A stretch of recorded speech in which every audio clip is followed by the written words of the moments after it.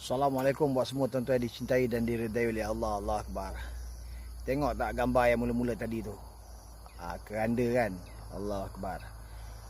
Saya, tuan-tuan, semua orang akan duduk dalam tu. Bila dalam keadaan macam itu, sebelum nak disolatkan, Allah Akbar. Apa rasa kita masa tu tuan-tuan? Allah Akbar. Allah je lah yang tahu tuan-tuan. Tapi kita boleh fikir, kita boleh agak. Allah Akbar. Tak boleh nak patah balik dah. Tak boleh nak patah balik lah tuan. Kalaulah masa tu kita tengok kan keadaan tu, dah tunggu untuk disolatkan.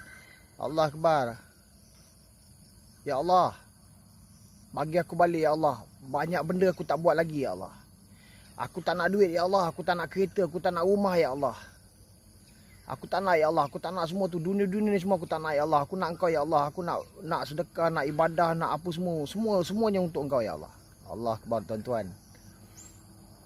Tapi kalau kita tengok keadaan kita sekarang tuan-tuan, kan, belum lagi duduk dalam kenderaan kita tu tuan-tuan. Belum duduk lagi dalam rumah kita tu tuan-tuan. Belum lagi, Allah Akbar. Kita tak peduli pun tuan-tuan. Kita tetap kerja bagai nak gila. Kerja dunia bagai nak gila. Akhirat kita buat so-so je tuan-tuan.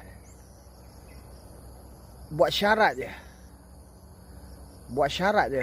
Kita ada peluang lagi ni kan. Kita masih ada lagi peluang kan. Kita duduk kat atas dunia ni. Kita buat macam tu je tuan-tuan.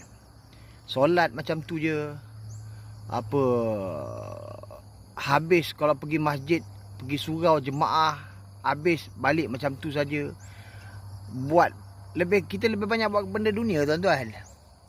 Kita lebih banyak buat benda dunia pun. Dalam keadaan kita meniaga pun semua kita dunia. Tak ada kita nak memuji kebesaran Allah, nak bercerita pada orang tentang kebesaran Allah.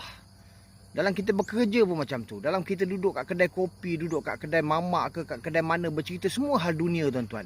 Tak ada pun kita nak cerita tentang kebesaran Allah. Tak ada pun kita nak sampaikan dakwah. Allah Akbar tuan-tuan. Bila dah duduk dalam keadaan macam tu tuan-tuan, tak ada dah peluang kedua tuan-tuan. Tak ada dah tuan-tuan. Allah Akbar. Masa tu tak tahulah, takutnya macam mana tak tahulah.